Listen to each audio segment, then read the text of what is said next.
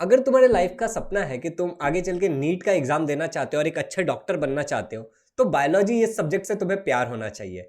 अब बायोलॉजी में कई सारे ऐसी चीजें होती हैं जैसे याद करना बहुत मुश्किल है, जैसे कि कॉम्प्लिकेटेड स्पेलिंग्स, प्रोनाउंसिएशन ही नहीं कर पाते हम उसका सही से, तो याद कैसे करेंगे, डायग्राम, उनसे रिलेटेड प्रोसेस और बहुत सारी चीजें।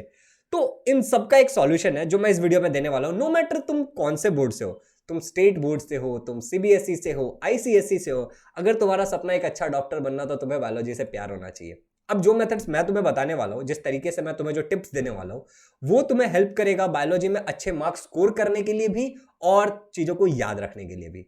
तो without wasting any time, let's get started. My name is Shubham Jha, I am an educator by choice, a memory coach and a creative learner. And guys, मैं आपको बताना चाहता हूं हमारे टेलीग्राम ग्रुप के बारे में, जहां पे बहुत सारे यूजफुल स्टडी मटेरियल मिलते रहते हैं क्लास 9 10 के रिलेटेड, एंड 11 12 से भी काफी सारी चीजें आती हैं। तो आप इस टेलीग्राम ग्रुप को ज्वाइन कर सकते हो from the link given in description.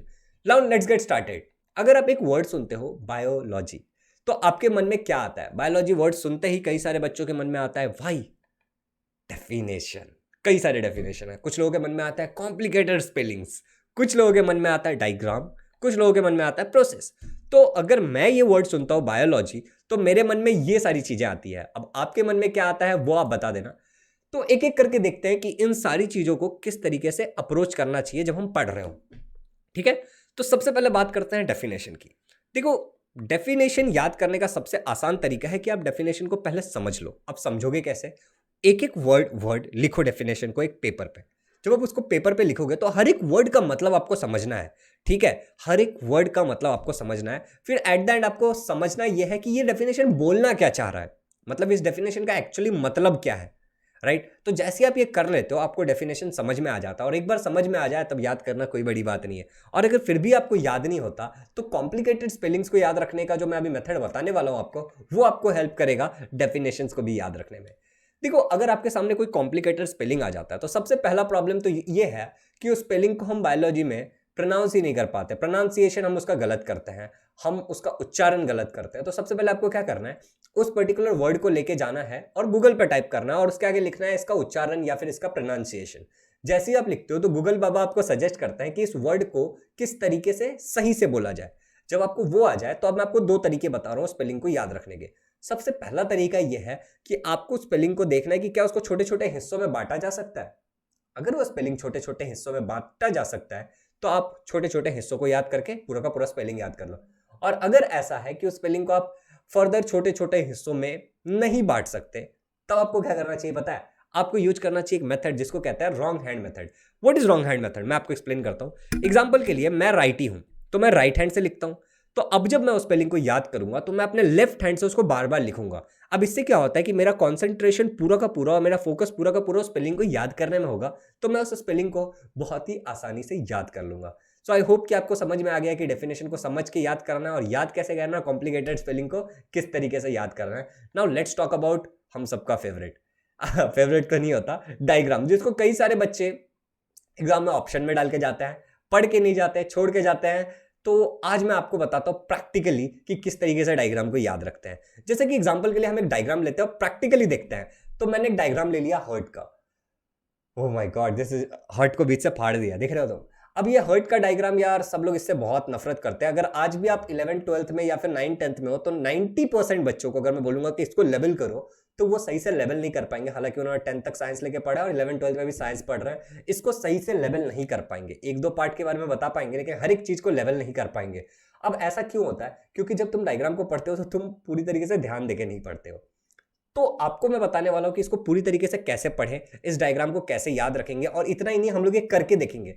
लेकिन उससे पहले मैं आपको बताना चाहता हूं कि अगर आप क्लास 10 में हो, अगर आप एक क्लास 10 के स्टूडेंट हो, तो मेरा एक कोर्स आ रहा है अनअकैडमी पे, that is about Darwin batch. उसका नाम है डार्विन बैच, जहां पे मैं आपको सिखाने वाला हूं सारे के सारे डायग्राम्स इन हिंदी लैंग्वेज। और यहां पे doctor Bhavna Agarwal ma'am, she is a doctor, ये आपको इंग्लिश लैंग्वेज में इन्हीं डायग्राम्स को किस तरीके से याद किया जाता है वो सिखाने वाली है।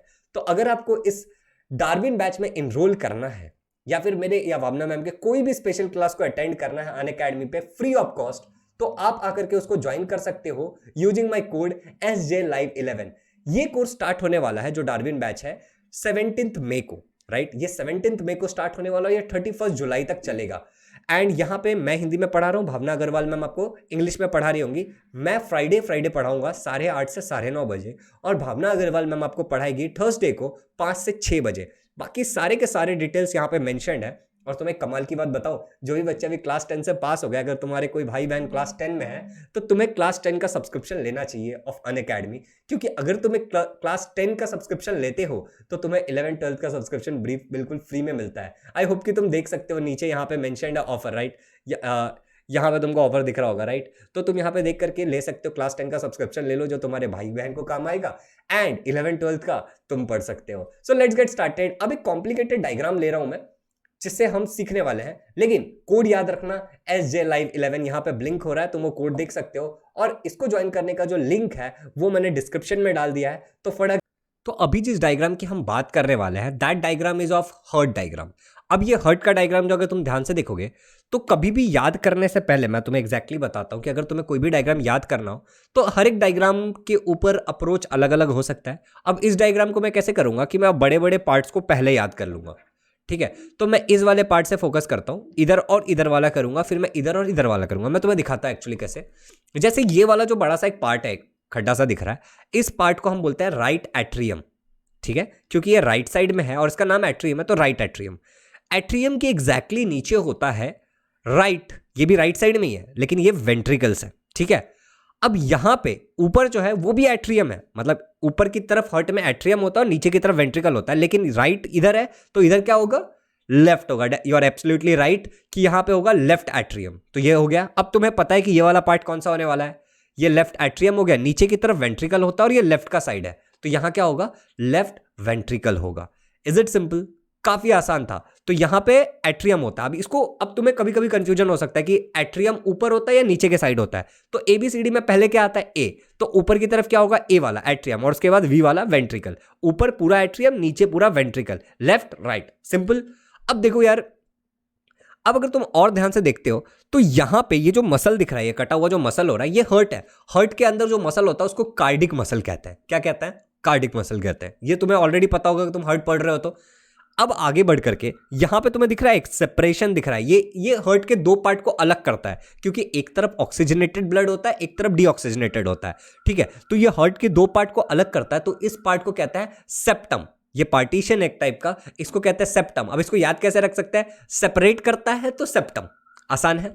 अब थोड़ा आगे बढ़ते हैं। देखो ये व्हाइट वाले पार्ट्स दिख रहे हैं तुम्हें, देखो ये वाला एक व्हाइट वाला पार्ट है, एक ये वाला व्हाइट वाला पार्ट है, एक इधर एक व्हाइट वाला पार्ट है, और एक इधर पीछे भी एक व्हाइट वाला पार्ट होता है। एक्चुअली ये जो सारे के सारे हैं, जिनको भी मैंने अभी एरो से हाईलाइट किया है, ये सारे के सारे वाल्व है। अब वाल्व का काम क्या होता है, बैकवर्ड फ्लो को रोकना। मतलब मान लो कि यहाँ राइट एट्रियम से नीचे तो ब्लड जा सकता है, लेकिन राइट वेंट्रिकल से ऊपर नहीं जाएगा। यहाँ से ब्लड बाहर तो जाएगा लेकिन अंदर नहीं आएगा। यहाँ से नीचे तो आएगा लेकिन ऊपर नहीं जाएगा। यहाँ से बाहर तो जाएगा लेकिन अंदर नहीं आएगा। ये वाल्व का काम होता है। जैसे नल के ऊपर वॉल होता है ना, सेम उसी तरीके से ये वाल्व है। तो यहाँ तक सिंपल है, एकदम सिंपल। अब बात करते हैं आगे चल करके। तो आगे अगर मैं ध्यान से बताता हूँ तुम्हें, तो ये नीचे एक येलो कलर का कुछ दिख रहा है तुम्हें, येलो कलर का, ये हर्ट को मैकेनिकल शॉक से बचाता है, और ये बहुत ही पतला सा एक थिन लेयर होता है। इसको बोलते हैं पेरिकार्डियम। क्या कहता है इसको, पेरिकार्डियम। ये एक प्रोटेक्टिव लेयर होता है और ये हर्ट को शेप भी देता है। अब बहुत सिंपल है, यहां तक हमने कर लिया। अब थोड़ा सा देखो ध्यान से, ऊपर जो ये ब्लू वाला पार्ट दिख रहा है इसको बोलते हैं वेना केवा, क्योंकि ये ऊपर है तो इसको सुपीरियर वेना केवा बुलाते हैं। और नीचे जो ये ब्लू वाला दिख रहा है तुम्हें, इसको कहते हैं वेना केवा, लेकिन क्योंकि ये नीचे है तो इसको इंफीरियर वेना केवा कहते हैं। ये जो पार्ट है, ये वाला, ये रेड वाला, इसको अरोटा कहते हैं, ठीक है। और ये वाला जो ब्लू वाला पार्ट है, क्योंकि ये डीऑक्सीजनेटेड लेके जाता है और यहां से खून बाहर निकलता है हर्ट से, तो इसको पल्मोनरी आर्टरी कहते हैं। और यहां पे खून अंदर आता है एंड वो ऑक्सीजनेटेड आता है, तो इसको हम बोलते हैं पल्मोनरी वेन। तो जब भी कोई भी चीज खून को बाहर लेके जाता है तो उसको हम आर्टरी कहते हैं हर्ट से, और हर्ट के अंदर अगर लेकर के आता है तो उसको हम वेन कहते हैं। तो पल्मोनरी आर्टरी, पल्मोनरी वेन। अब अगर तुमने हर्ट को स्टार्टिंग से एंड तक पढ़ा है अपने सिलेबस में, तो ये डायग्राम्स को याद रखना तुम्हारे लिए मुश्किल नहीं है, बिल्कुल भी मुश्किल नहीं है। हमने कैसे याद किया, हमने एक अप्रोच फॉलो किया कि भाई जो बड़े बड़े थे पार्ट उनको पहले किया और बाद में छोटे छोटे पार्ट्स को, कॉमन चीजों को हमने एक साथ नोटिस कर लिया। तो अगर मैं सारी लेबलिंग्स हटा देता हूं और अब मैं अगर तुमसे पूछता हूं, ठीक है, अब मैं अगर तुमसे पूछता हूं तो तुम बहुत आसानी से बता सकते हो कि ये वाला साइड एक है, ये वाला साइड है, ये दोनों भी एट्रियम होता है, राइट, ए से आते हैं। इधर एक पार्ट है, इधर एक पार्ट है, ये दोनों क्या होता है, वेंट्रिकल होता है, राइट। अगर तुम देखोगे तो यहां पे राइट वाला है तो राइट एट्रियम, यहां पे राइट वेंट्रिकल, यहां पे लेफ्ट एट्रियम, यहां पे left ventricle. Is it simple? आसान है।